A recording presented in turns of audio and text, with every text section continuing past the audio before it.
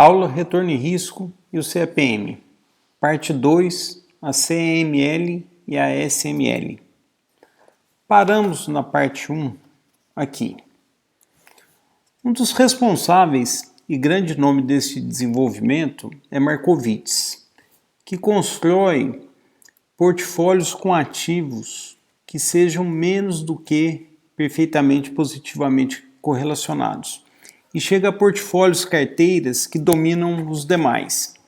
Veja o exemplo de R e W. O portfólio R domina o portfólio W, pois tem mais retorno para o mesmo nível de risco. Nesta linha estão todos os portfólios dominantes para cada nível de risco.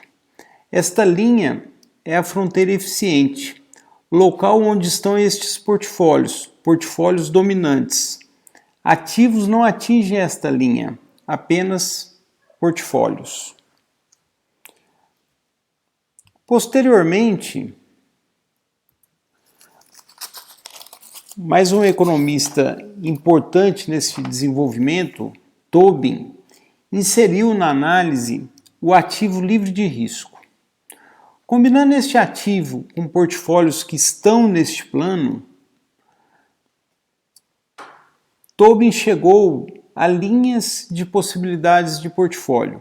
Por exemplo, a combinação entre o ativo livre de risco e o portfólio Q, variando as participações do ativo livre de risco e do portfólio Q, resulta em carteiras que estão nesta linha, em portfólios que estão nesta linha. Esta linha chamando de 1. N linhas, várias linhas são possíveis. Se eu combinar o ativo livre de risco com X, eu teria uma linha aqui. Se eu combinar o ativo livre de risco com algum outro portfólio, eu teria uma outra linha aqui. Há uma linha que se destaca, que é esta linha 2. Por que esta linha se destaca? Esta linha se destaca pois as carteiras que estão nela dominam todas as demais. Cada ponto nesta linha, ou seja, cada ponto obtido a partir da combinação entre o ativo livre de risco e este portfólio A, cada ponto aqui domina os pontos que estão abaixo. Por quê? Porque eles oferecem mais retorno para o mesmo nível de risco. Esta linha ela é tratada como a nova fronteira eficiente. Lembrem-se que nós tínhamos esta linha aqui como a fronteira eficiente.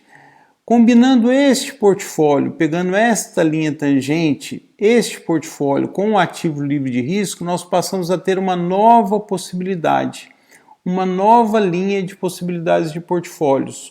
Esta linha domina todos os pontos abaixo. E esta linha é chamada Capital Market Line. Até aqui está o que acabamos de ver. Com uma única diferença, nós substituímos aqui A por M. Na transparência anterior nós tínhamos aqui o portfólio A, nós estamos chamando agora esse portfólio de M, que teoricamente é um portfólio com todos os ativos da economia, a chamada carteira ou portfólio de mercado. E acrescentamos a equação desta linha, a equação da CML, que está aqui, que mostra o seguinte: o retorno esperado de um portfólio é a taxa livre de risco mais um prêmio pelo risco. E esse prêmio pelo risco é função do quê? Do desvio padrão do portfólio. Veja que é uma equação simples, y é igual a mais bx, sendo x o desvio padrão, a nossa medida de risco. Ela é uma equação para portfólios. Ativos não atingem esta linha. Uma consequência deste desenvolvimento é o que segue aqui. O investidor, neste contexto, O investidor, ele não precisa montar carteiras. Ele não precisa escolher ativos específicos e montar uma carteira.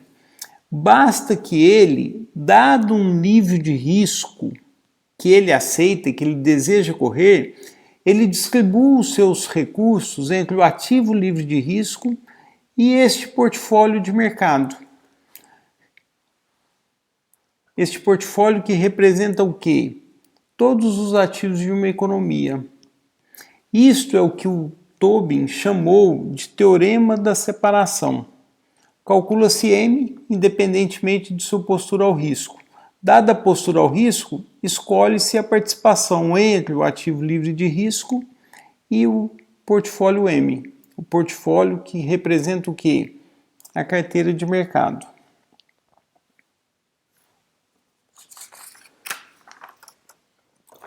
Este desenvolvimento é o que se chama de a origem para as estratégias passivas de investimento. Vejam essa matéria da Economist de 2018. Vejam que ponto interessante que está aqui. Reflitam sobre ele, deixo este desafio para vocês pensarem sobre estratégias passivas e estratégias ativas de investimento. Estratégias que são bastante cobertas na imprensa especializada. Posteriormente, alguns autores partiram para estudar, neste contexto de portfólio, o retorno esperado de ativos específicos. Vejam que até agora estávamos estudando o quê? O retorno esperado de portfólio. Dentre esses nomes, destaca-se o nome de Sharpe. E aqui está a equação que ele apresenta. O retorno esperado de um ativo é a taxa livre de risco mais um prêmio pelo risco. E esse prêmio pelo risco multiplicado pela covariância entre o retorno deste ativo que está sendo estudado e a carteira de mercado, a carteira M. Esta covariância essencialmente mede a contribuição de um ativo específico para a variância de um portfólio amplo. Ou seja, é a contribuição de um ativo ao risco do portfólio. Se pegarmos esta relação entre a covariância do ativo com a carteira de mercado e a variância do retorno de mercado, nós temos o beta, que é uma medida relativa da contribuição do ativo para o risco do portfólio. E aqui a equação final, tendo o beta aqui. Esta equação é a SML, Security Market Line. Vejam que até aqui nós temos duas importantes equações. A equação anterior que estávamos trabalhando, que é esta aqui, a equação da CML e agora a equação da SML. Esta equação nós temos portfólios, esta equação nós temos o retorno esperado para ativos específicos. Aqui está a equação que passa a ter no eixo X o quê? O beta. Nós tínhamos no eixo X o quê? O desvio padrão, uma medida de risco total. Agora nós temos no eixo X o beta e aqui a equação para estudarmos o quê? O retorno esperado de ativos específicos. Aqui é apenas uma pergunta, para quem quiser um dia continuar estudando este tema. O beta, ele é dependente, o beta, essa medida tão importante de risco de ativos específicos para estudarmos os nossos projetos de investimentos, este beta, ele é dependente da carteira de mercado escolhida. Então eu deixo aqui apenas uma pergunta para vocês refletirem. O beta é dependente da carteira de mercado escolhida. As carteiras de mercado utilizadas por quem trabalha com isto são adequadas? Reflitam sobre isso, estudem esse assunto. Muito bem, para reforçar um pouco o entendimento do que vimos até agora, eu volto à nossa equação básica. Aquela equação que diz o seguinte: o retorno esperado ele é a taxa livre de risco mais um prêmio pelo risco. Inicialmente, eu mostrei que o risco está na variabilidade dos fluxos de caixa resultantes dos investimentos, ou seja, na variabilidade dos fluxos de caixa que os investimentos, os projetos que estamos analisando, produzem. Em outras palavras, os fluxos de caixa que virão dos projetos de investimento, que estão em avaliação, não são certos, eles são prováveis. Por isso, olhamos a sua distribuição de probabilidades e tomamos o desvio padrão como proxy para se medir esta variabilidade, para se medir este risco. Depois, nós passamos pelo conceito de risco específico e risco sistemático, e nesta aula avaliamos o retorno e o risco num contexto de carteira, num contexto de portfólio, e chegamos ao beta, uma medida de risco sistemático. Aqui temos as duas equações que compilam todo este conhecimento, todo este desenvolvimento, equações que nós acabamos de ver.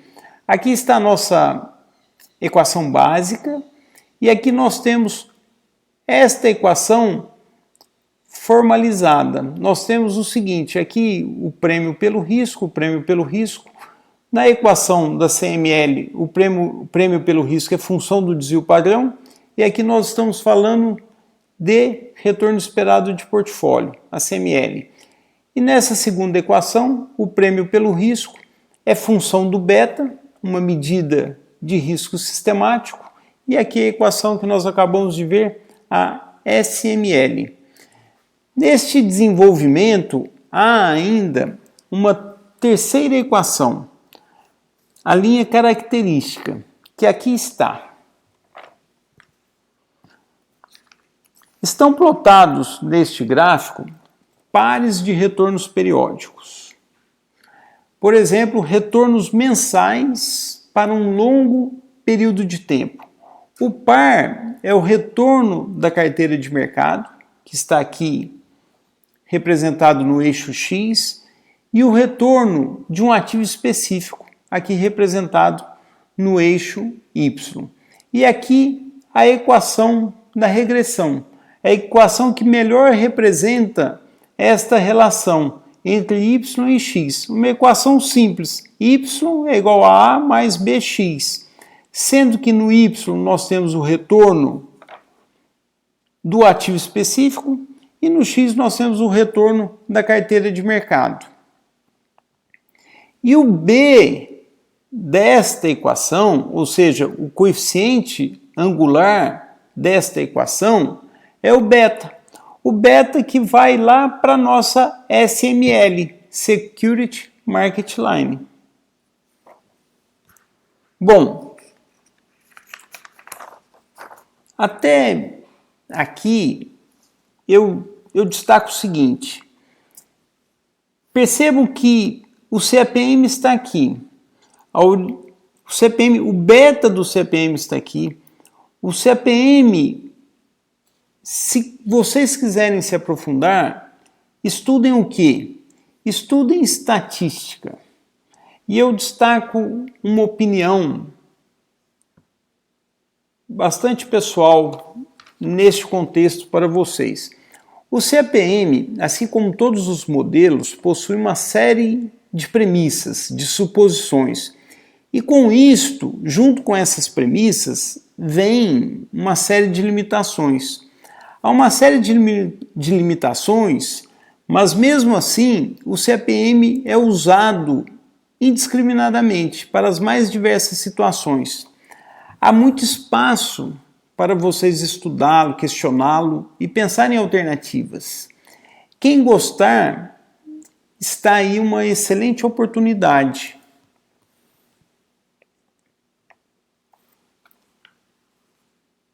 Bom, voltando um pouco, nós temos o seguinte: o objetivo deste ponto da disciplina é a análise de projetos de investimentos. Então eu acrescento o seguinte: